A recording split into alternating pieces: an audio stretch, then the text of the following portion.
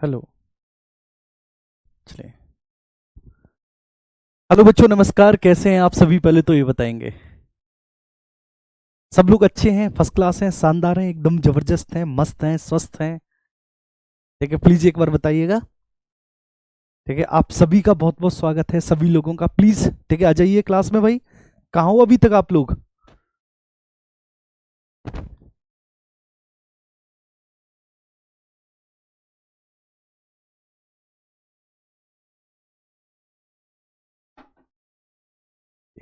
ठीक है, देखिए हम लोग गुप्तोत्तर काल के बारे में डिस्कस कर रहे थे। ठीक है ना, गुप्तोत्तर काल। और हमने बताया कि गुप्तों के पतन के बाद उत्तर भारत में थानेश्वर का पुष्यभूतिया वर्धन वंश, मालवा का यशोवर्मन वंश, मगध का, ठीक है, परवर्ती गुप्त। मगध का बच्चे कौन सा? मगध का आपका, ठीक है, परवर्ती गुप्त या उत्तर गुप्त वंश।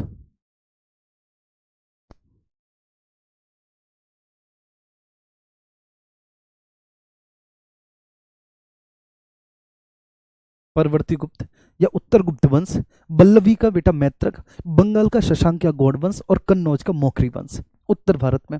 वहीं दक्षिण भारत में बचे चालुक्य। ठीक है, चालुक्यों में अगर हम बात करें तो बातापी के चालुक्य, इसका संस्थापक पुलकेशिन प्रथम है, बातापी के चालुक्य राजवंश का। दूसरे वेंगी के चालुक्य, इसका संस्थापक पुलकेशिन द्वितीय का भाई है, जिसका नाम है काब्ज विष्णुवर्धन। क्या नाम है? काब्ज विष्णुवर्धन। काब्ज विष्णुवर्धन। ठीक है, ये बेंगी के चालुक्य राजवंश का संस्थापक है काब्ज विष्णुवर्धन। और इसके बाद गुजरात के चालुक्य हैं, और ये जो गुजरात के चालुक्य हैं मेरे प्यारे बच्चे, इसका संस्थापक है गुजरात के चालुक्य वंश का जयसिंह लाट। ठीक है, गुजरात के चालुक्य वंश का संस्थापक कौन है? जयसिंह लाट है। ठीक है, क्लियर है? फिर मदुरा। ठीक है बेटा, दूसरा राजवंश जो है, दूसरा राजवंश है मदुरा के पांड्य, मदुरा के पांड्य। और नेक्स्ट अगला है आपके कांची के पल्लव। ठीक है, कांची के पल्लव, मदुरा के पांड्य और कांची के पल्लव। ठीक है, तो ये दक्षिण भारत के राजवंश हैं। अब इसके बाद ये साहित्यिक स्रोत, ये सब हम देख चुके थे। आर्य मंजूश्री मूलकल्प, ये महायान बौद्ध ग्रंथ है। आर्य मंजूश्री मूलकल्प, ये महायान बौद्ध ग्रंथ है।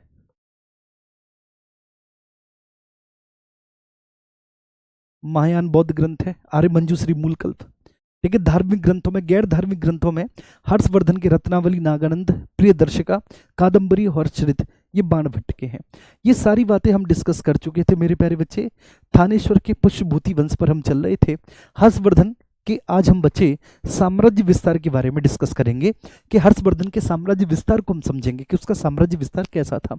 बंगाल का शशांक जो है बच्चे, गौड़ वंश का शासक, ठीक है ना, जिसने बोधि वृक्ष को कटवाकर गंगा नदी में फेंकवा दिया था, ये बंगाल का ही है बेटा। ठीक है, बंगाल का जो शशांक या गौड़ वंश है, ठीक है, उसका शासक है शशांक, बंगाल का शशांक। ठीक है, अब ये वो ही शशांक है जिसने बोधि वृक्ष को कटवाकर, जो बोधि वृक्ष वही जिसके नीचे महात्मा बुद्ध साहब को ज्ञान की प्राप्ति, संबोधि की प्राप्ति हुई थी, तो यही बोधि वृक्ष है। उस बोधि वृक्ष को कटवाकर इसने गंगा नदी में फिकवा दिया। लेकिन शशांक जो है बेटा, ये मजबूत स्थिति का शासक था। ठीक है, इस बात की पुष्टि हमें कैसे होती है कि भाई शशांक मजबूत स्थिति का शासक था, शशांक कोई कमजोर व्यक्ति नहीं था? इस बात की पुष्टि इस बात से होती है कि बेटा जब तक शशांक जीवित रहा, ठीक है, शशांक ने राज्यवर्धन की हत्या की थी, हर्षवर्धन की भाई की, लेकिन जब तक शशांक जीवित रहा, हर्षवर्धन की हिम्मत नहीं पड़ी कि हर्षवर्धन शशांक के क्षेत्रों पर आक्रमण कर दे।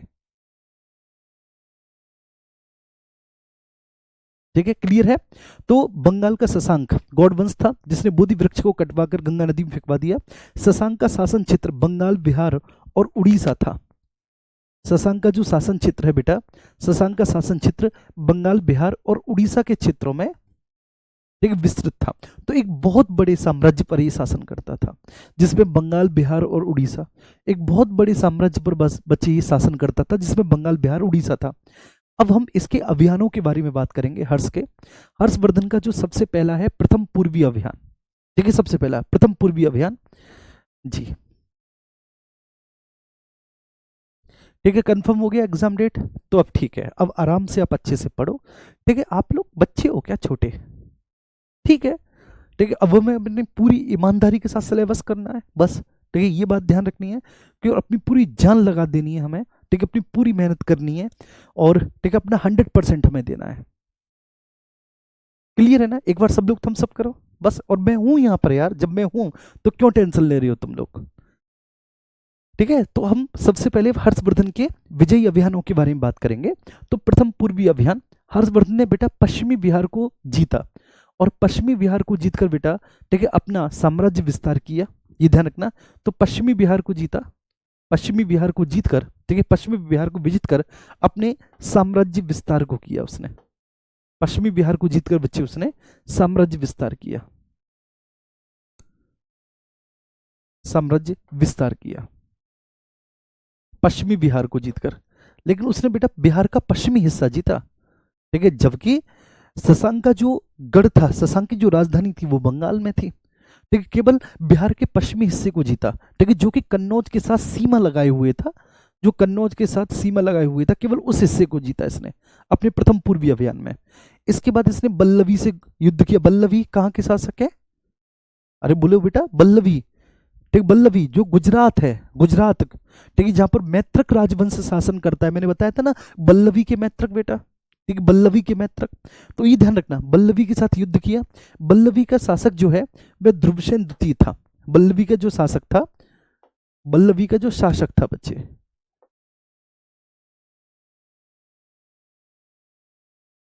बल्लवी का जो शासक था वह ध्रुवसेन द्वितीय था।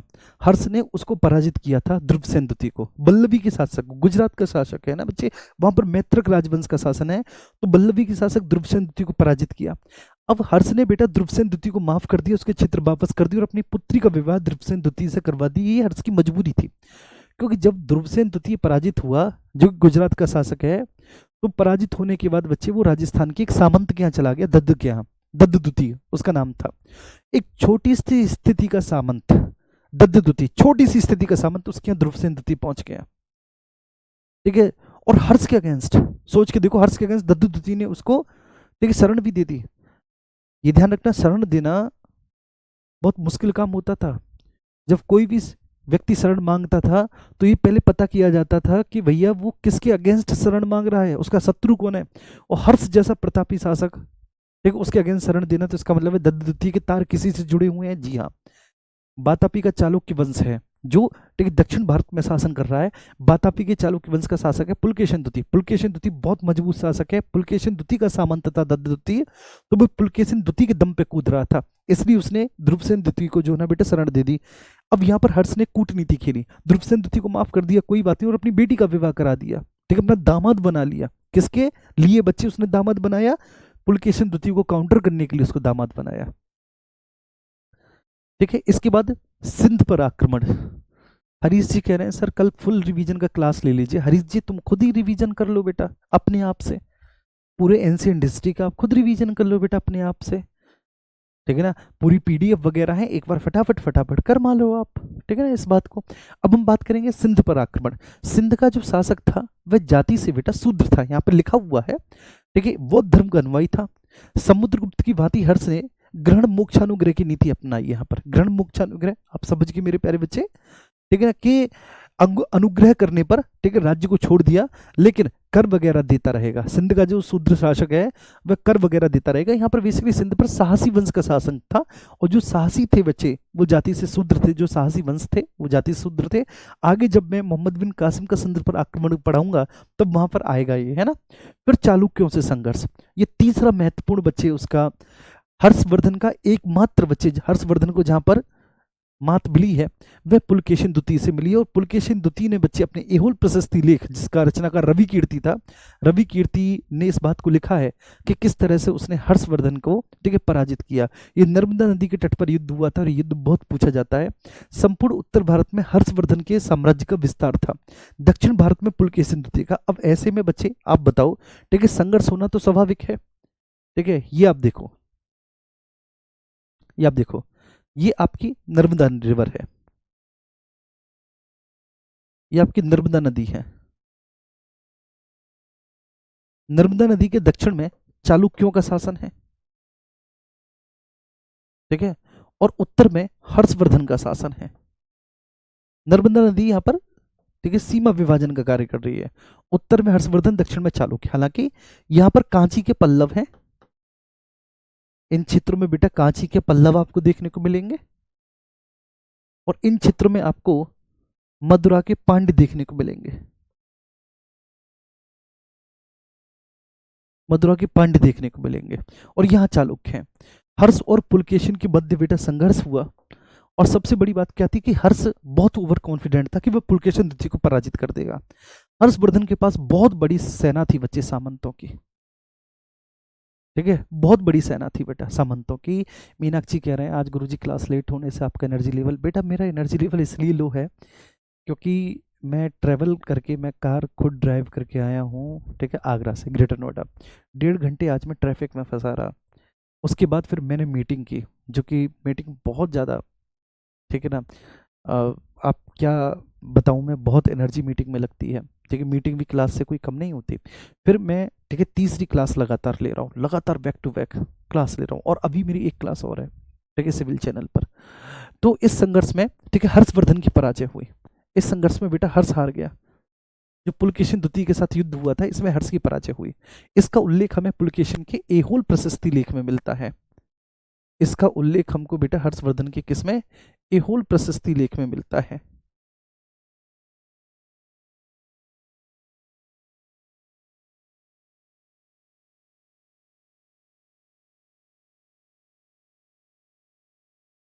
इसका उल्लेख हमको एहोल प्रशस्ति लेख में मिलता है। हर्षवर्धन को पराजित करने के उपरांत पुलकेशिन ने परमेश्वरम, ठीक है, परमेश्वर परमेश्वर परमेश्वर की उपाधि धारण की। हर्ष को पराजित करने के बाद पुलकेशिन द्वितीय ने परमेश्वर, मतलब परमेश्वर का मतलब है बच्चे कि एक तरह से अहम की उपाधि होती है, अहम की उपाधि होती है मेरे प्यारे बच्चे, ठीक है, ये एक तरह अहम की उपाधि होती है। तो परमेश्वर की उपाधि इसने धारण की। क्लियर है, ये बात समझ में आई। चलो अब उसके बाद द्वितीय पूर्वी अभियान, जब शशांक की मृत्यु होगी, जब शशांक मर गया, तब हर्षवर्धन ने बेटा ये द्वितीय पूर्वी अभियान किया। और इस द्वितीय पूर्वी अभियान के बाद फिर हर्ष ने बंगाल, बिहार, उड़ीसा सब कुछ अपने साम्राज्य में, पूरा का पूरा बच्चे, ठीक है, शशांक का जो साम्राज्य था वो अपने साम्राज्य में मिला लिया। और इसके अलावा, ठीक है, हर्ष अब यहाँ पर मगधराज की उपाधि धारण करता है। किसकी बेटा, मगधराज की उपाधि धारण करता है मोना। ठीक है, समझ में आ रही है ये बात। ऋचा जी, उपासना, अजय कुमार जी, एक बार थम्स अप करेंगे और बताएंगे कि क्लियर है मेरे प्यारे बच्चे। तो द्वितीय पूर्वी अभियान हर्ष ने कब किया, जब शशांक की मृत्यु हो गई। शशांक की मृत्यु के बाद हर्षवर्धन ने द्वितीय पूर्वी अभियान किया, और जिसमें जो उसका संपूर्ण क्षेत्र था, बंगाल, बिहार, उड़ीसा, उसको जीतकर अपने साम्राज्य में मिला लिया, और उसने मगध राज की उपाधि धारण की। लेकिन जब संघर्ष हुआ था मेरे प्यारे बच्चे पुलकेशिन द्वितीय से नर्मदा नदी के तट पर, तो इसमें हार गया था। ये बहुत पूछा जाता है, किस नदी के तट पर बच्चे ये युद्ध जो हुआ, ये नर्मदा नदी के तट पर हुआ। एहोल प्रशस्ति लेख में इसका उल्लेख किया है रवि कीर्ति ने। रवि कीर्ति ने लिखा है कि हर्षवर्धन बहुत ओवर कॉन्फिडेंट था, सामंतों की बहुत बड़ी सेना लिए हुए था, ठीक है, उसे लग रहा था कि वो, ठीक है, कुछ ही दिनों में, कुछ ही पलों में पुलकेशिन द्वितीय को पराजित कर देगा। लेकिन पुलकेशिन द्वितीय जो कि वीर योद्धा और साहसी था, मतलब अब अपने राजा की तो बेटा हर कोई डींगे हाँकता है ना, तो वही रवि कीर्ति हाँक रहा था। चलिए अब देखो, युद्ध को मैं इस तरह से मानता हूँ इतिहास में, जैसे कि आपका दिन, कोई दिन आपका बहुत अच्छा होता है, किसी दिन आपका बच्चे, कोई दिन आपका बहुत खराब होता है।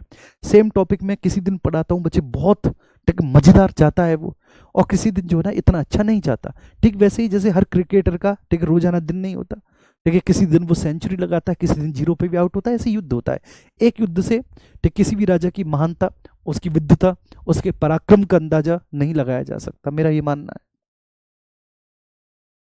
ठीक है, इसके बाद फिर प्रशासन के बारे में देखो बेटा, जो जानकारी मिलती है वह, ठीक है, ताम्रपत्र लेखों से मिलती है। मधुबन ताम्रपत्र लेख, ये मऊ जिला उत्तर प्रदेश से प्राप्त हुआ है। जो मधुबन ताम्रपत्र लेख है, मैंने बताया था ना, मधुबन ताम्रपत्र लेख, ठीक है, आपको मैंने बताया था। तो मधुबन ताम्रपत्र लेख जो कि जिला मऊ यूपी से प्राप्त हुआ है, ठीक है ना, उससे जो है ना हमें हर्ष के प्रशासन के बारे में जानकारी प्राप्त होती है। ठीक है, इसमें हर्ष संवत 25 का जिक्र है। हर्ष संवत 25 का मतलब कितना हो गया, 631 ईस्वी। इसमें हर संवत 25 का जिक्र है। हर संवत 25 मतलब कितना हो गया बच्चे, 631 ईस्वी, 631 ईस्वी। 631 ईस्वी, इसमें इसका जिक्र है, ठीक है ना। क्यों? क्योंकि 606 ईस्वी में हर्ष ने हर्ष सम्मत प्रारंभ करवाया था। 606 ईस्वी में हर्ष ने हर्ष सम्मत प्रारंभ करवाया था, ठीक है। इसमें लिखा है कि हर्षवर्धन ने श्रावस्ती भुक्ति, श्रावस्ती क्या है बच्चे? प्रदेश है, श्रावस्ती राज्य है।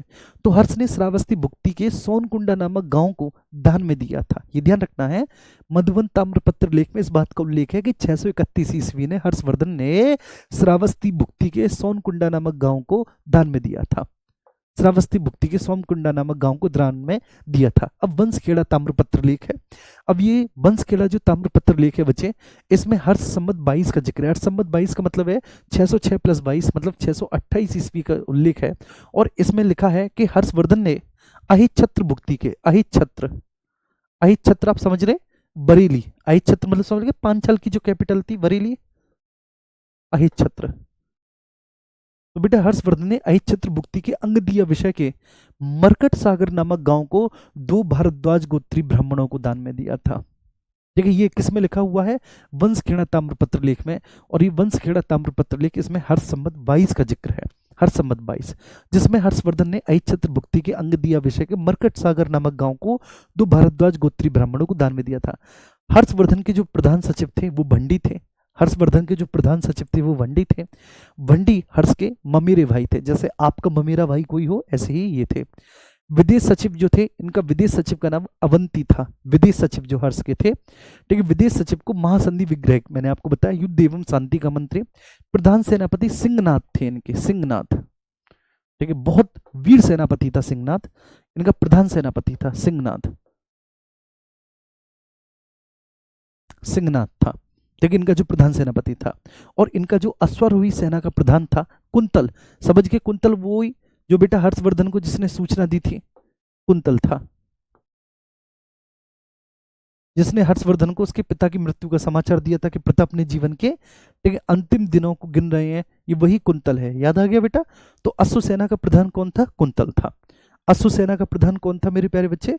कुंतल था, जो अश्व सेना का प्रधान था।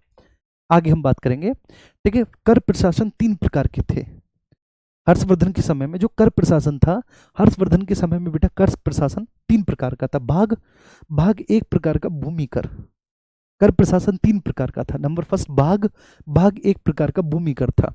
हिरण्य जो है वह नगद वसूल किया जाने वाला कर था, ठीक है। भाग भूमि कर बेटा कितना होता था? संपूर्ण उपज का 1/6 भाग होता था शास्त्रों के अनुसार, और इतना ही वसूल किया जाता था, ठीक है, इतना ही वसूल किया जाता था बच्चे। हिरण्य नगद वसूल किया जाने वाला कर था बच्चे, जिसको नगद लिया जाता था, जिसको नगद वसूल किया जाता था, उसको हिरण्य कहते थे। और बलि एक प्रकार का धार्मिक कर है। तो एक प्रकार के धार्मिक कर को हम किस नाम से जानते हैं? बलि के नाम से जानते हैं। अब अगर बंदरगांव की बात करें हर्ष के समय में, तो पश्चिमी तट पर वही भड़ोच है और पूर्वी तट पर बेटा ताम्रलिप्ति बंदरगाह है, ये बात है। हैनसांग बौद्ध धर्म की शिक्षा लेने के लिए बेटा नालंदा विश्वविद्यालय आया था, नालंदा विश्वविद्यालय आया, और लगभग 15 वर्षों तक, मतलब 629 ईस्वी से 645 ईस्वी तक बच्चे ये भारत में रहा हैनसांग। हैनसांग ने सीयूकी लिखी, आप सबको पता है सीयूकी के मुख्य अंश तो नहीं मिलते, ठीक है। जो मुख्य सीयूकी थी, सीयूकी जो पुस्तक थी जो हैनसांग ने लिखी थी, वो तो पता नहीं कहाँ, ठीक है, खो गई। लेकिन सीयूकी को आधार बनाकर जिन लोगों ने सीयूकी के बारे में लिखा था, जो समकालीन लेखक थे जिन्होंने सीयूकी के बारे में लिखा था, ठीक है, उसके कुछ अंश मौजूद हैं, ठीक है। तो उसके जब अंश मौजूद हैं तो इसके आधार पर, ठीक है, हमें पता चल जाता है। इसे यात्रियों में राजकुमार, नीति का पंडित और द्वितीय शाक्य मुनि, इन 3 नामों से जाना जाता है हैनसांग को। हैनसांग को मेरे साथ साथ बोलेंगे, हैनसांग को यात्रियों में राजकुमार कहा जाता है, ठीक है। यात्रियों में राजकुमार कहा जाता है हैनसांग को, कि यात्रियों में राजकुमार है हैनसांग। हैनसांग नीति का पंडित है, और हैनसांग क्या है? द्वितीय शाक्य मुनि। इन सब नामों से जाना जाता है हैनसांग को। अब हर्षवर्धन के दरबारी विद्वान बाणभट्ट हर्षवर्धन के प्रधान कवि थे।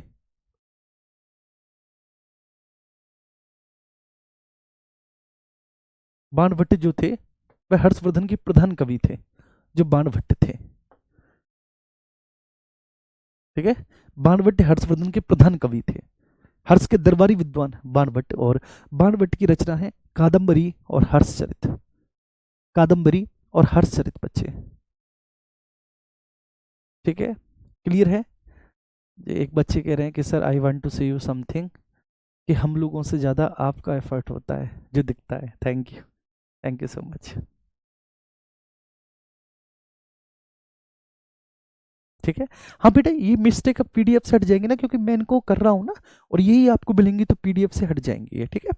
इसके अलावा दूसरे जो विद्वान है वो मयूर हैं, जो इनके दरबार में रहते हैं, और मयूर की रचना के नाम है मयूर शतकम और सूर्य शतकम। ये दूसरे विद्वान हैं जो हर्ष के दरबार में रहते हैं, मयूर। और मयूर साहब की दो रचना है, सूर्य शतकम और मयूर शतकम। फिर मतांग दिवाकर है। मतांग दिवाकर साहब की ऐसी कोई रचना है नहीं, ठीक है, ध्यान रखना, कोई रचना है नहीं मतांग दिवाकर। कुमारिल भट्ट ये गणतज्ञ हैं, हर्षवर्धन के दरबार में रहते थे कुमारिल गुप्त। और कुमारिल गुप्त जो है मैथमेटिशियन, ये गणतज्ञ हैं कुमारिल गुप्त जो है। फिर ब्रह्मगुप्त है।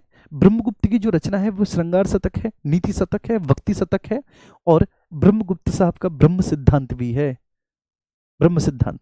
लेकिन सबसे ज्यादा पूछा जाता है इनका श्रृंगार शतक, ये ध्यान रखना। ये तीनों ही मतलब बहुत ज्यादा फेमस है ब्रह्मगुप्त साहब के, चाहे वो श्रृंगार शतक हो, चाहे वो नीति शतक हो, चाहे वो भक्ति शतक हो।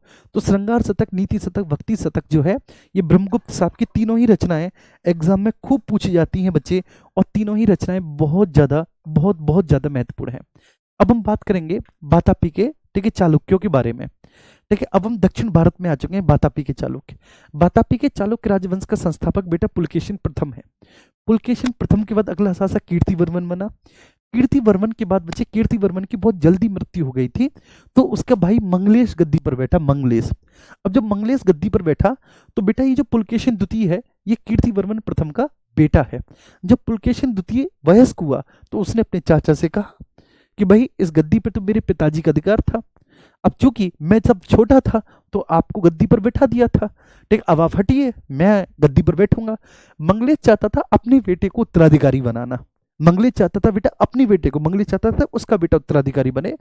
पुलकेशिन द्वितीय को मंगलेश ने गद्दी सौंपने से इनकार कर दिया कि भाई मैं तुझे गद्दी नहीं सौंप रहा, जा तुझे जो करना है सो कर ले।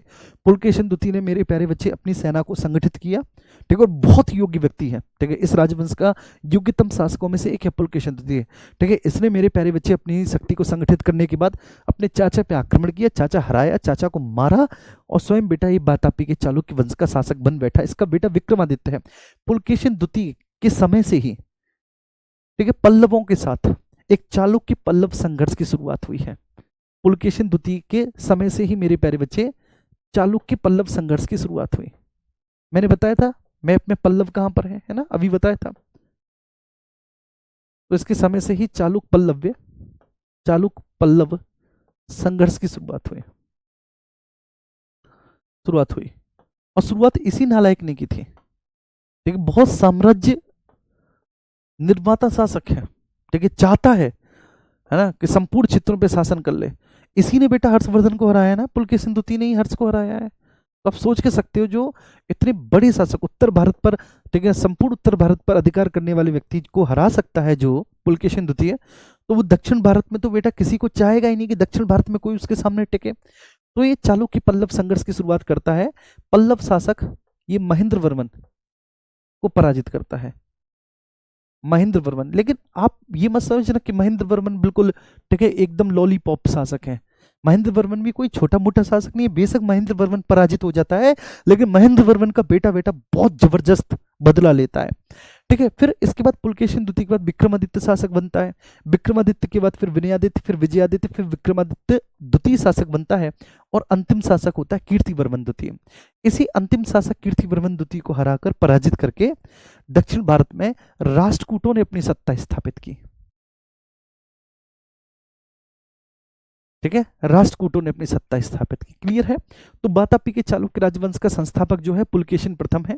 पुलकेशिन प्रथम के बाद जो अगला शासक बनता है वो कीर्तिवर्मन प्रथम बनता है, उसके बाद मंगलेश, उसके बाद पुलकेशिन द्वितीय, फिर विक्रमादित्य, फिर विनयादित्य, फिर विजयादित्य, फिर विक्रमादित्य द्वितीय, फिर कीर्तिवर्मन। एक्चुअली क्या है कि पुलकेशिन द्वितीय ने बेटा महेंद्र वर्मन को पराजित करके महेंद्र वर्मन मारा गया। फिर पुलकेशिन द्वितीय के समय में ही महेंद्र वर्मन का जो बेटा है उसका नाम है नरसिंह वर्मन।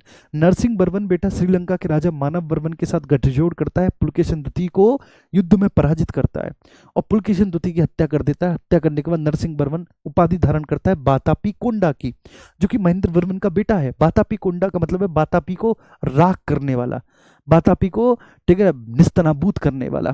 फिर विक्रमादित्य अगला शासक बना। फिर विक्रमादित्य ने बेटा अपनी बाप की मौत का बदला लिया और ऐसे ही अदला बदला चलता रहा। ठीक है, ये है वातापी के चालुक्य, ये चलता ही रहा। देखेंगे, पुलकेशिन प्रथम इस राजवंश का संस्थापक है। पुलकेशिन शब्द का अर्थ होता है महान सिंह, ये पुलकेशिन शब्द का अर्थ है महान सिंह, ये ध्यान रखना। पुलकेशिन इस राजवंश का संस्थापक है और पुलकेशिन शब्द का अर्थ ही होता है द ग्रेट लायन। इसने वातापी में, वातापी ठीक है ना, आज कर्नाटक के क्षेत्रों में बच्चे जो ठीक है ना, बीजापुर उसके आसपास का जो क्षेत्र है ना, ये वो, तो इसने वातापी में एक किला बनवाया और फिर वातापी में एक किला बनवाने के बाद उसे अपनी राजधानी बनाया। तो वातापी में एक किला और किला बनवाने के बाद उसे अपनी राजधानी, वातापी को राजधानी बनाने के बाद इसने वातापी में अश्वमेध और वाजपेयी जैसे वैदिक यज्ञ कराए। वातापी में किला बनवाने के बाद इसने वातापी में अश्वमेध और वाजपेयी जैसे ठीक है यज्ञ करवाए मेरे प्यारे बच्चे। इसके बाद इसने सत्याश्रय, रणविक्रम और श्री पृथ्वी वल्लभ जैसी उपाधियां धारण की। ध्यान रखना, सत्याश्रय, रणविक्रम और श्री पृथ्वी वल्लभ। अब ये उपाधि आप अधिकांशतः बच्चे चालुक्य शासकों में देखेंगे, कोई सत्याश्रय की उपाधि धारण करेगा, ठीक है ना, कोई रणविक्रम की, कोई पुरा रणविक्रम की उपाधि धारण करेगा, और इसने ठीक है श्री पृथ्वी वल्लभ की उपाधि भी धारण की। और संभवतः जो श्री पृथ्वी वल्लभ की उपाधि थी वह इसका उपनाम बन गई। श्री पृथ्वी वल्लभ की जो उपाधि थी वह क्या बन गई बेटा, इसका उपनाम बन गई। तो पुलकेशिन प्रथम इस वंश का संस्थापक है। पुलकेशिन शब्द का शाब्दिक अर्थ ही होता है महान सिंह, ठीक है ना। पुलकेशिन शब्द का शाब्दिक अर्थ क्या होता है मेरे प्यारे बच्चे, महान सिंह होता है। वातापी में एक किला बनवाया, उसे अपनी राजधानी बनाया। वातापी को राजधानी बनाने के बाद इसने अश्वमेध और वाजपेयी जैसे वैदिक यज्ञ करवाए और इसने सत्याश्रय, रणविक्रम की उपाधियां धारण की और उपनाम श्री पृथ्वी वल्लभ। फिर हम बात करेंगे कीर्तिवर्मन प्रथम, जो अगला शासक बना। एक महाकूट स्तंभ लेख है। महाकूट स्तंभ लेख में कीर्तिवर्मन को बहुश्रवण अग्निष्टोम यज्ञ कराने वाला कहा गया है। कीर्तिवर्मन को किसने बहुश्रवण अग्निष्टोम यज्ञ कराया। महाकूट स्तंभ लेख में कीर्तिवर्मन को बहुश्रवण अग्निष्टोम यज्ञ कराने वाला कहा गया है। महाकूट स्तंभ लेख में कीर्तिवर्मन को बहुश्रवण अग्निष्टोम यज्ञ कराने वाला कहा गया। यज्ञ को संपन्न कराने वाले पुरोहितों को, क्योंकि अत्यधिक मात्रा में सोना दिया गया था ना, जिन पुरोहितों ने यज्ञ कराया था, तो उन पुरोहितों को बहुत अत्यधिक मात्रा में सोना दिया गया, इसलिए ठीक बहुश्रवण अग्निष्टोम यज्ञ कराने वाला इसको कहा गया है। इसलिए इसको बहुश्रवण अग्निष्टोम यज्ञ कराने वाला कहा गया है। बहुश्रवण अग्निष्टोम यज्ञ कराने वाला कहा गया है क्योंकि ठीक है जिन पंडितों ने बच्चे दिया था, ठीक है ना, सोना अत्यधिक मात्रा में, ठीक है, क्योंकि ठीक है ना, हाँ, क्योंकि इस यज्ञ को कराने वाले पुरोहितों को बहुत अधिक मात्रा में सोना दिया गया था। इस यज्ञ को कराने वाले पुरोहितों को बहुत अधिक मात्रा में सोना दिया गया था, इसलिए ये ध्यान रखना है कि ठीक है ना, इसको बहुश्रवण अग्निष्टोम यज्ञ कराने वाला कहा गया है। ठीक है, इसकी उपाधि है पुरु रणविक्रम, ये ध्यान रखना, पुरु रणविक्रम और सत्याश्रय। सत्याश्रय, सत्याश्रय और पुरु रणविक्रम, पुरु रणविक्रम और सत्याश्रय, ये इसकी उपाधि है। पुरु रणविक्रम और सत्याश्रय, ये इसकी उपाधि है। इसकी मृत्यु के बाद इसका पुत्र जो है बच्चे वो नाबालिग था। कीर्तिवर्मन की मृत्यु मैंने बताया था, इनके पुत्र कौन है, पुलकेशिन, वो नाबालिग था, तो इसलिए भाई जो है मंगलेश गद्दी पर बैठा। याद आ गया, मैंने बताया था, भाई मंगलेश गद्दी पर बैठा, क्योंकि जब इनकी मृत्यु हुई तो पुत्र नाबालिग था, और जब पुत्र नाबालिग था तो गद्दी पर कौन बैठा, पुत्र नाबालिग था तो मेरे भाई गद्दी पर मंगलेश बैठा। पुत्र नाबालिग था तो गद्दी पर मंगलेश बैठा।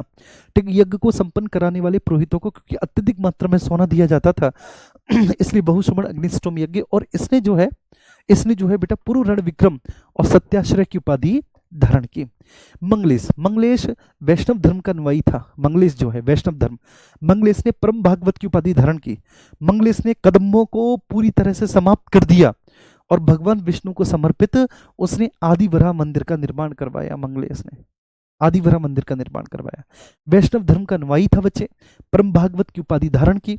कदम्बों को अंतिम रूप से इसने बेटा कदम्बों का पूरी तरह से नाश कर दिया। मंगलेश ने अंतिम रूप से कदम्बों का नाश कर दिया, विनाश कर दिया, और कदम्बों का विनाश करने के बाद बच्चे भगवान विष्णु को समर्पित इसने आदिवरा मंदिर का निर्माण करवाया।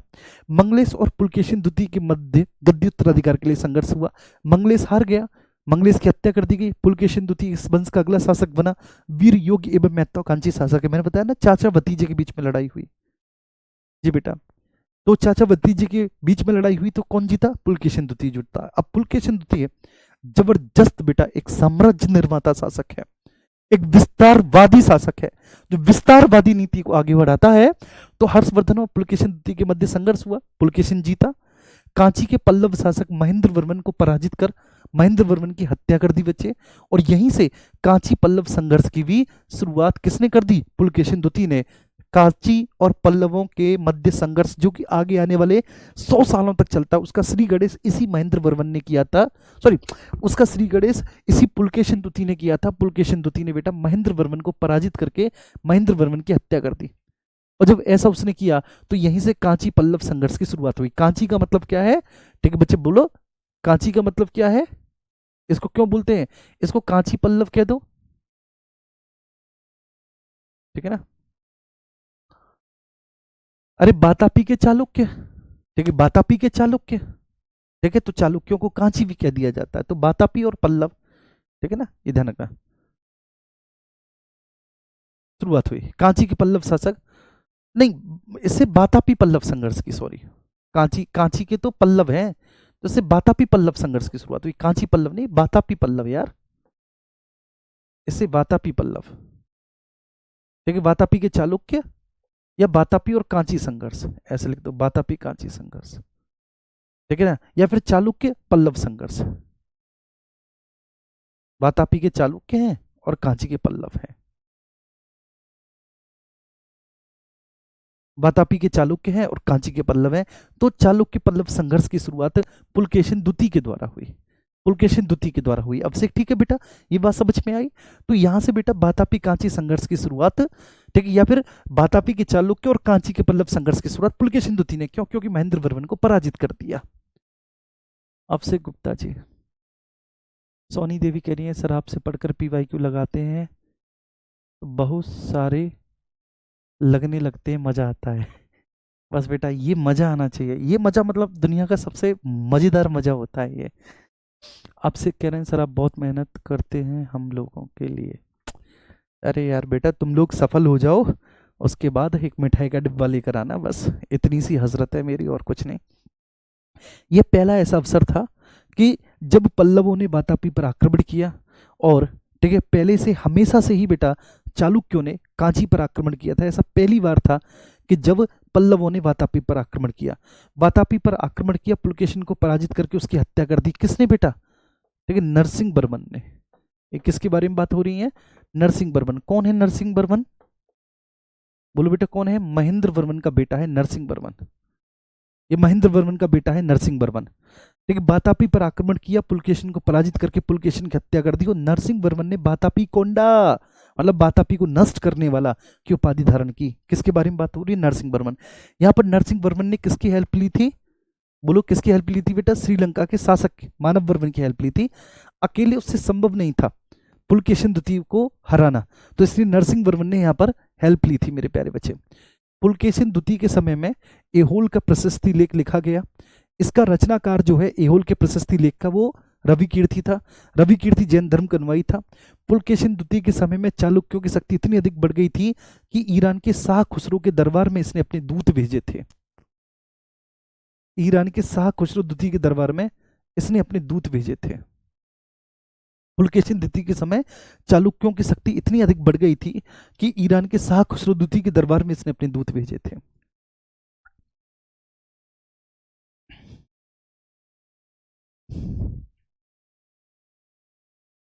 ठीक है भैया, क्या मेरी बात समझ में आ रही है सभी को? ठीक है, तो पुलकेशिन द्वितीय के समय चालुक्यों की शक्ति इतनी अधिक बढ़ गई थी, पुलकेशिन द्वितीय के समय में इतनी अधिक चालुक्यों की शक्ति बढ़ गई थी कि ईरान के शाह खुसरो द्वितीय के दरबार में पुलकेशिन द्वितीय ने अपने दूत भेजे। परिणाम स्वरूप वहां से भी एक दूत मंडल आया बच्चे, और एहोल की गुफा, ठीक है, एहोल की गुफा है, उसके ठीक है ना, उसकी एक दीवार पर पुलकेशिन को उनका परिचय लेते हुए दिखाया गया है। मतलब सबसे पहले इसने शाह खुसरो द्वितीय के दरबार में अपने दूत भेजे, तो भैया ईरान के शासक ने भी इसके दरबार में दूत भेजे, तुम भी भेजो हम भी भेजा। ये तो बेटा विदेशी संबंध स्थापित करने के लिए दूत भेजा भेजी होती है। तो इसने सबसे पहले ईरान के शाह खुसरो द्वितीय के दरबार में दूत भेजे। जब इसने भेजे तो उन लोगों ने भी भेजे, ठीक है ना। अब वो जो दूत मंडल आया इसके दरबार में, तो बेटा एक गुफा है, ठीक है ना, एहोल, ठीक है। तो एहोल की गुफा की एक दीवार पे, ठीक है, एक पेंटिंग बनी हुई है जिसमें ये, ठीक है, अपनी कुर्सी पर बैठा हुआ है और वो जो दूत मंडल आया है उन लोगों का पर्च दे रहा है, हाँ साहब आपका नाम, हाँ साहब आपका नाम, हाँ साहब आपका नाम, ऐसे करके मेरे प्यारे बच्चे, ठीक है ना, उनका पर्च ले रहा है सभी से। पुलकेशिन द्वितीय ने पल्लवों से बेंगी को जीता, और बेंगी को जीता पुलकेशिन द्वितीय ने बेटा। बेंगी, वो पहले पल्लवों के अधीन था बेंगी, और उसके बाद अपने भाई काब्ज विष्णुवर्धन को वहां का शासक बना दिया, ठीक है। और इससे आप कह सकते हैं कि एक नई शाखा चालुक्यों की, जिसको कहते हैं बेंगी के चालुक्य, बेंगी के चालुक्य, उसकी एक नई शाखा का उदय हुआ। बेंगी के चालुक्य, उसकी एक नई शाखा का उदय हुआ, और यहीं से बेंगी के चालुक्य की एक नई शाखा का उदय हुआ। पुलकेशिन द्वितीय ने बेटा पल्लवों से बेंगी को जीत लिया, और पल्लवों से बेंगी को जीतने के बाद अपने भाई काब्ज विष्णुवर्धन को, अपने भाई काब्ज विष्णुवर्धन को वहां का शासक बनाया, काब्ज विष्णुवर्धन को वहां का शासक बनाया, ठीक है। और यहां से बेंगी के चालुक्य की एक नई शाखा का उदय हुआ। प्लीज एक बार थम्स अप करेंगे,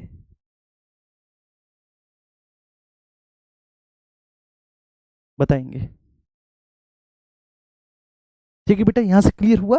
तो पुलकेशिन द्वितीय का ही भाई था काव्य विष्णुवर्धन। पुलकेशिन द्वितीय ने बेटा जब महेंद्र वर्मन को पराजित किया था ना, तो बेंगी को जीत लिया महेंद्र वर्मन को पराजित करने के बाद। और बेंगी को जीतने के बाद उसने जो है ना अपने भाई को, काव्य विष्णुवर्धन को, बेंगी के चालुक्य शाखा का संस्थापक बना दिया, कि तुम बेंगी से शासन करो, तुम बेंगी को संभालो, काव्य विष्णुवर्धन को, पुलकेशिन द्वितीय ने।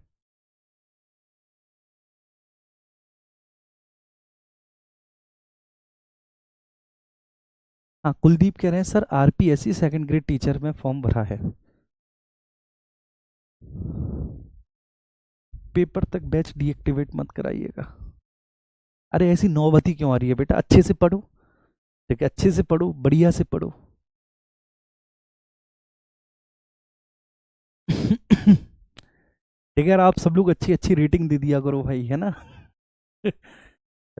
ऑब्वियस सी बात है, देखो इतना प्यारे तरीके से आप लोग समझते हो, इतने अच्छे से आपको हर एक चीज़ समझाई जाती है, ठीक है। चलिए आज, ठीक है, हम कोशिश करेंगे आज हमारा एंशियंट हो जाए।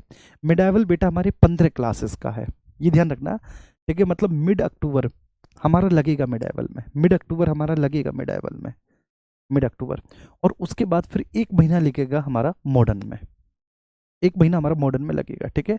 बस आप कोशिश ये करना मेरे प्यारे बच्चे, अब ऐसी स्थिति में कि हम कम से कम जो है वो हैंड रिटन का प्रयास करें, ज़्यादा से ज़्यादा हम पीडीएफ का, ठीक है ना, प्रयोग करें, तो इससे हमारा सिलेबस टाइमली होगा। और बाकी का समझाने में ये ध्यान रखना, समझाने में कभी कोई कसर छोड़ता नहीं हो, कभी कोई कंजूस नहीं करता जी।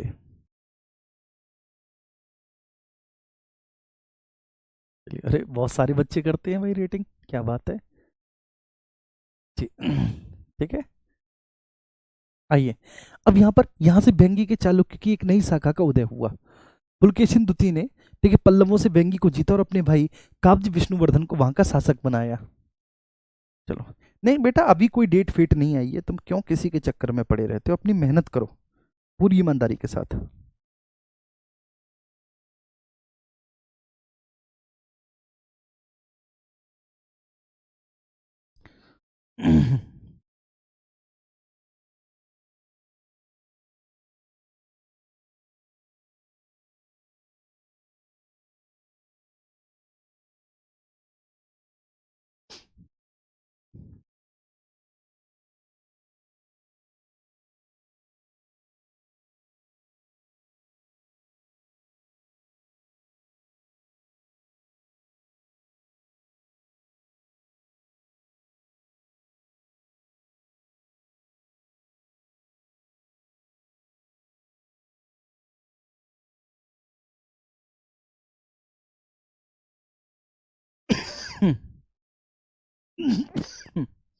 सॉरी। अच्छा, ये एक भैया ने मुझे भेजा है, अच्छा इसका मतलब डेट आ गई है। एक भैया ने भेजा है गणित, हिंदी, विज्ञान, संस्कृत, गृह विज्ञान, वाणिज्य। तो भैया इसमें भी सामाजिक विज्ञान की तो आई नहीं है डेट, 6, 7 और 21 दिसंबर है। सामाजिक विज्ञान तो इसमें है ही नहीं, क्या भूल गए क्या एसएसटी को ये लोग, बेटा।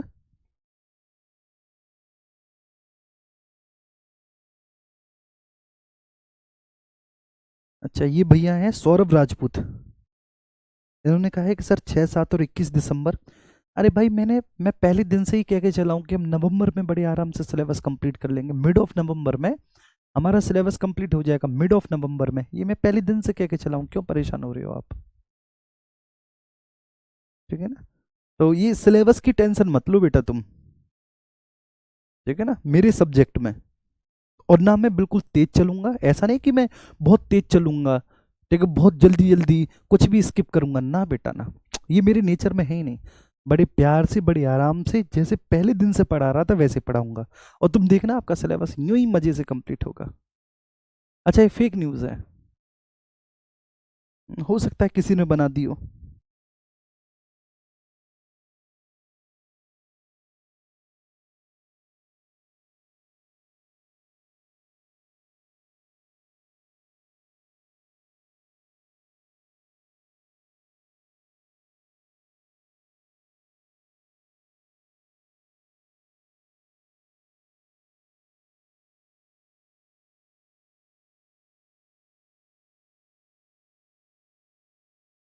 चलो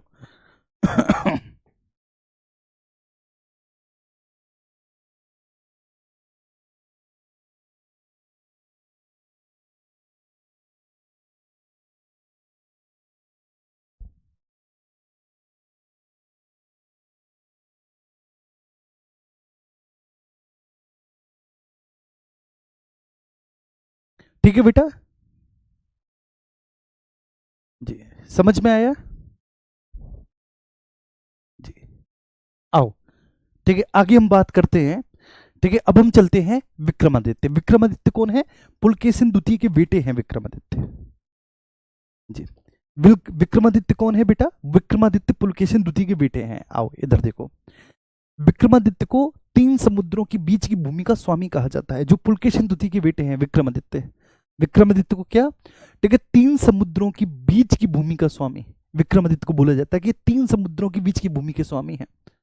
इन्होंने नरसिंह वर्मन को, नरसिंह वर्मन कौन, जिन्होंने विक्रमादित्य के पिता पुलकेशिन द्वितीय को हराकर मार दिया था, तो इसने नरसिंह वर्मन को पराजित करके वातापी को पुनः प्राप्त कर लिया। नरसिंह वर्मन को पराजित किया और नरसिंह वर्मन को पराजित करके बेटा वातापी को पुनः प्राप्त कर लिया। ठीक है,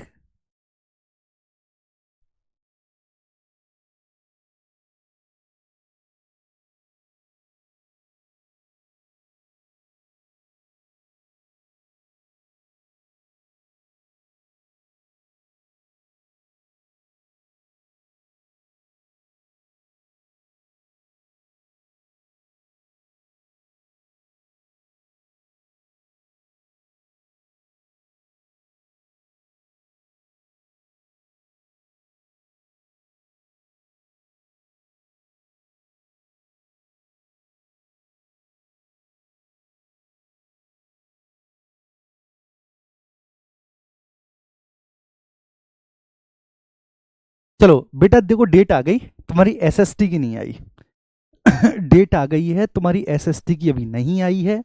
तो ये बात आप सभी को बहुत अच्छे से ध्यान में रखनी है मेरे प्यारे बच्चे। ठीक है, कि एसएसटी का सिलेबस नवंबर तक बहुत अच्छे से हो जाएगा। ठीक है ना, नवंबर तक बहुत अच्छे से हो जाएगा, लेकिन अभी आई नहीं है, ठीक है ना, एसएसटी की। लेकिन एसएसटी की कितने तक जाएगी, तो मान के चलो कि ठीक है 27-28 दिसंबर में, ठीक है, एसएसटी हो जाएगा। ठीक है, दिसंबर में हो जाएगा, तो मतलब आपको मिल रहे हैं, बड़े आराम से होगी आपकी। ठीक है ना, मैंने कंफर्म कर लिया है। हाँ, एग्जाम डेट आ गई, मैंने कंफर्म कर लिया। ठीक है, आइए बेटा, तो विक्रमादित्य को, जो विक्रमादित्य हैं, विक्रमादित्य को 3 समुद्रों के बीच की भूमि का स्वामी कहा जाता है। विक्रमादित्य को 3 समुद्रों के बीच की भूमि का स्वामी है। ठीक है, इसने विक्रमादित्य ने बेटा क्या किया, नरसिंह वर्मन को पराजित किया। ठीक है, और वातापी को पुनः अपनी बाप की, ठीक है, हार का भी बदला, बाप की मृत्यु का भी बदला लिया अपने पिता की। इसने अपने भाई जयसिंह लाट, अब इसका भाई है विक्रमादित्य का जयसिंह लाट।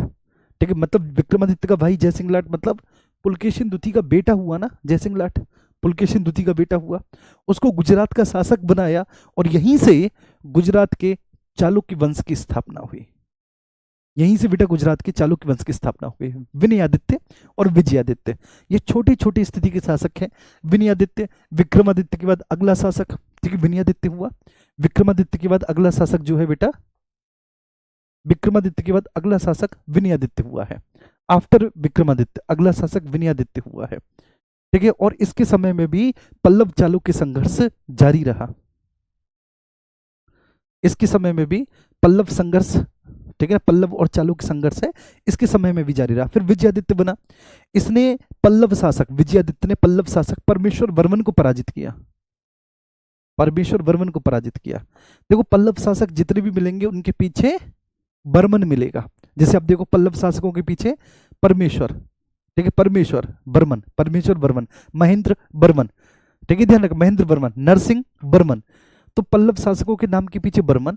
और ये जितने भी बातापी चालुक्य, बातापी के चालुक्य शासक हैं, तो बेटा चालुक्य शासकों के नाम के पीछे दित्य, जैसे पुलकेशन, बस पुलकेशन को छोड़ दो, उसके बाद विक्रमादित्य, उसके बाद विनयादित्य, उसके बाद फिर विजयादित्य। तो विनयादित्य के समय में कुछ नहीं है, ये विक्रमादित्य के बाद, और इसके समय में भी पल्लव चालुक्य संघर्ष चलता रहा। जब विजयादित्य आया तो विजयादित्य ने फिर पल्लव शासक परमेश्वर बर्मन को पराजित किया। जी बेटा, है ना,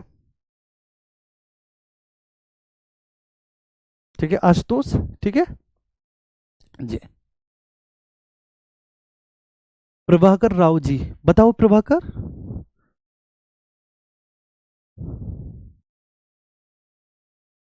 अच्छा आशुतोष वर्मा, प्रभावी बहुमत के बारे में बात करें।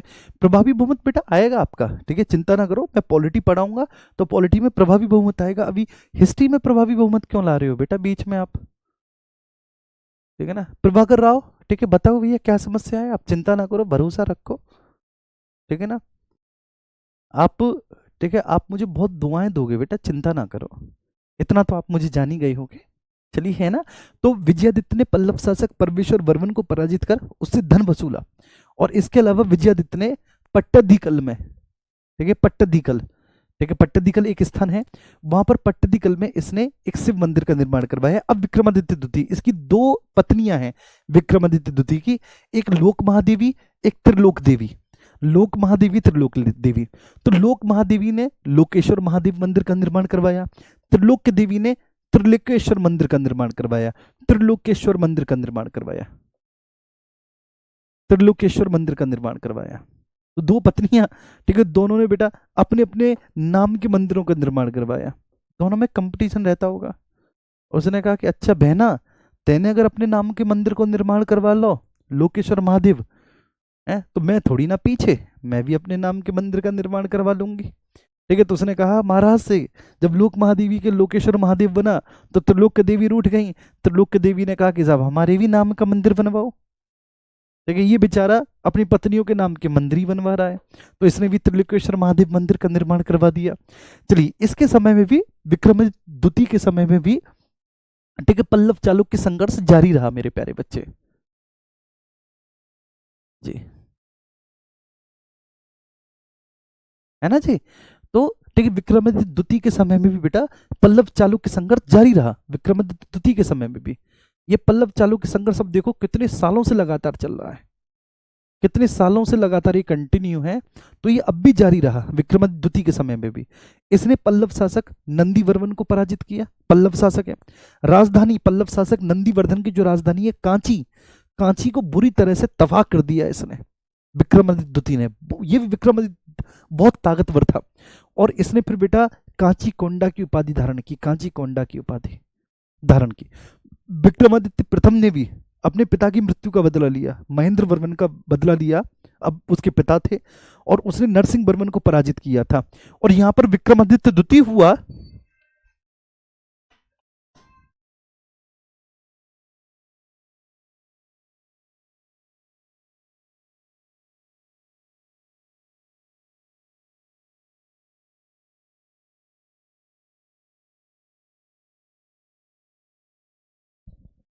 चलो ठीक है बेटा। तो विक्रमादित्य द्वितीय, तो विक्रमादित्य द्वितीय ने क्या किया, नंदी वर्मन को पराजित किया, और नंदी वर्मन को पराजित करने के बाद पल्लवों की जो राजधानी थी कांची, कांची को बुरी तरह से निस्तनाबूद कर दिया, कांची कोंडा की उपाधि धारण की। इसके अलावा अवनिज आश्रय की उपाधि धारण की, अवनिज आश्रय, कांची कोंडा के साथ साथ इसने अवनिज आश्रय की उपाधि धारण की। दो पत्नियां थी, भगवान शिव की बहुत बड़ी उपासक थी, और इसने भी पट्टदीकल में बच्चे मंदिर का निर्माण करवाया, इसने भी पट्टदीकल में। कीर्तिवर्मन द्वितीय अंतिम शासक है, कीर्तिवर्मन द्वितीय, जिसको राष्ट्रकूट शासक दंती दुर्ग ने, राष्ट्रकूट शासक दंती दुर्ग ने पराजित किया बच्चे इसको,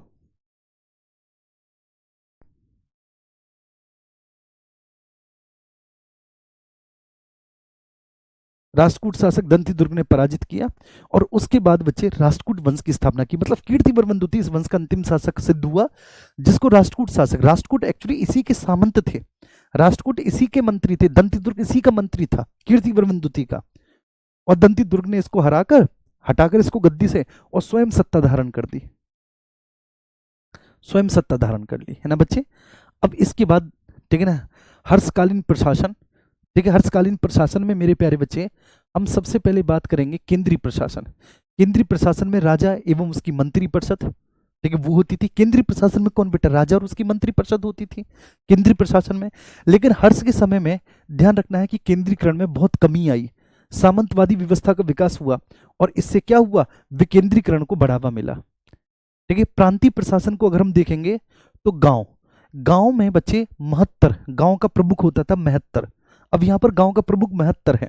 महत्तर की सहायता के लिए दो व्यक्ति होते थे, अक्षपटलिक जो कि पटवारी होता था, अक्षपटलिक जो कि पटवारी होता था, और दूसरा कर्णिक, कर्णिक लिपि होता था।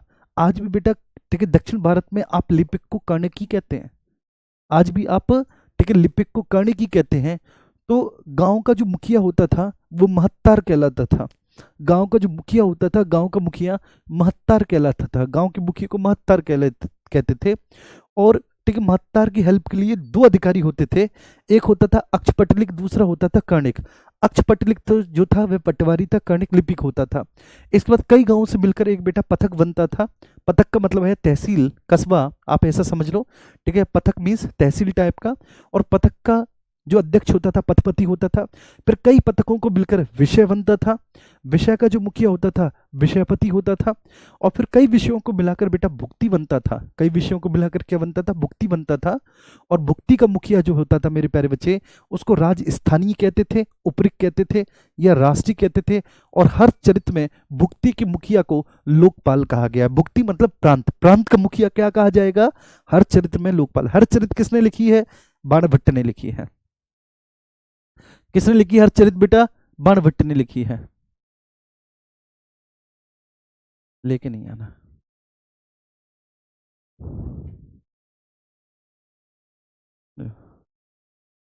अरे यार प्रभाकर राव तुम कितने नेगेटिव आदमी हो। बस सर आपके ऊपर आंख बंद करके विश्वास कर रहा हूं, विश्वास को कायम रखना गुरुजी, बस मैं यही कामना करता हूं। अरे भाई मैंने बोल तो दिया, ठीक है, ऊपर भी आप एक दो बार नेगेटिव बोल रहे थे कि देखते हैं, मतलब ऐसे जैसे होते नहीं है कि जीजा और फूफा जब मुंह फुला लेते हैं, अच्छा हम भी देखते हैं, देखेंगे। हाँ फूफा बनने हो यार तुम। देखिए अभी आपका एक ही महीना हुआ है, 11 तारीख से आपका बैच स्टार्ट हुआ था, एक महीने में पूरी एंशिएंट आपने खत्म कर ली। ठीक है, आधी आपकी वर्ड ज्योग्राफी हो गई, आधी आपकी वर्ड ज्योग्राफी हो गई। ठीक है, और आधा ही आपका कॉन्स्टिट्यूशन हो गया, लगभग आधा आधा है। अब कॉन्स्टिट्यूशन आपका डेली चल जाएगा, बड़ी स्वाभाविक सी बात है। तो जब कॉन्स्टिट्यूशन डेली चल जाएगा बच्चे, तो फिर कॉन्स्टिट्यूशन में कितनी क्लासेस लगने वाली हैं, 35 से 40 क्लासेस कॉन्स्टिट्यूशन में जब डेली चलेगा। तो उधर फिर आपका ज्योग्राफी डेली हो जाएगा, हिस्ट्री आपका डेली चल ही रहा है, सॉर्ट आउट है, मैंने पहले ही बोल दिया था बच्चे। ठीक है, तो ऐसे ठीक है मुंह फुलाए फूफा मत बनो जो नाराज नाराज घूम रहे हो ब्याह में यार तुम। ठीक है, भुक्ति, तो भुक्ति हर चरित्र में भुक्ति के मुखिया को लोकपाल कहा गया है, लोकपाल। ठीक है, हालांकि भुक्ति के मुखिया को राजस्थानी भी कहा गया है, राजस्थानीय, राजस्थानीय, उपरिक भी कहा गया है, राष्ट्रीय भी कहा गया। विषय के मुखिया को विषयपति, पथक के मुखिया को पथपति, और ग्राम के मुखिया को महत्तर कहा गया है। भूमि, ठीक है ना, प्रतिभूमि, प्रतिभूमि जो राज्य के अधिकार में होती थी उसको प्रतिभूमि कहते थे गुप्तोत्तर काल में, स्पेशली हर्ष के काल में। तो बेटा हर्षवर्धन के काल में जो राज्य के अधिकार में भूमि होगी, ठीक है, जो राज्य के अधिकार में भूमि होगी उसको प्रतिभूमि कहा जाता था। और प्रतिभूमि सामान्यतः वेतन के रूप में दी जाती थी, प्रतिभूमि जो थी वह सामान्यतः वेतन के रूप में दी जाती थी, और यह प्रतिभूमि राज्य के अधिकार में होती थी। तो राज्य के अधिकार में जो भूमि होती है प्रतिभूमि, प्रतिभूमि वेतन के रूप में दी जाती थी। फिर जोत, जोत भूमि बेटा ये भी राज्य के अधिकार में थी, इससे आय प्राप्त होती थी, लेकिन ये ध्यान रखना ये दान के रूप में ठीक है दी जाती थी। जोत भूमि जो है दान के रूप में दी जाती थी, दान के रूप में दी जाती थी इसको। जोत भूमि प्रति राज्य के अधिकार में, सामंत वेतन के रूप में, जो दान के रूप में दी जाए जोत, दोनों ही राज्य के अधिकार में, प्रति भी जोत भी, प्रति जोत दोनों राज्य के अधिकार में। ये दी जाएगी प्रति आपको जो है ना बेटा वेतन के रूप में, और जोत दी जाएगी बच्चे आपको ठीक है ना, दान के रूप में। निजी भूमि, जिस व्यक्ति की खुद की अपनी भूमि है वह निजी भूमि कहलाएगी, जिस पर उसका निजी स्वामित्व है वो निजी भूमि कहलाएगी। चलिए ठीक है। अब इसके बाद बच्चे कितना, बस 2-3 स्लाइड और बची हैं, तो इसको हम बेसिकली कल देखेंगे। मतलब कल का मतलब है मंडे को देखेंगे। चलो ठीक है ना, ओके। चलो अब आप एक बार ठीक है अच्छे से रिवाइज कर लेना, ठीक है, मेरी सभी लोगों से प्रार्थना है बच्चे, ठीक है, फिर हम मिलेंगे, ठीक है, ओके। चलो ठीक है, ओके, ठीक है, तब तक आप अपना ख्याल रखो। मंडे को मिलेंगे, मुलाकात करेंगे, और संडे को अगर मेरा कोई क्लास का प्लान बनता है तो मैं ग्रुप में आपको जरूर सूचित करूंगा, ठीक है, okay. Thank you so much, thank you.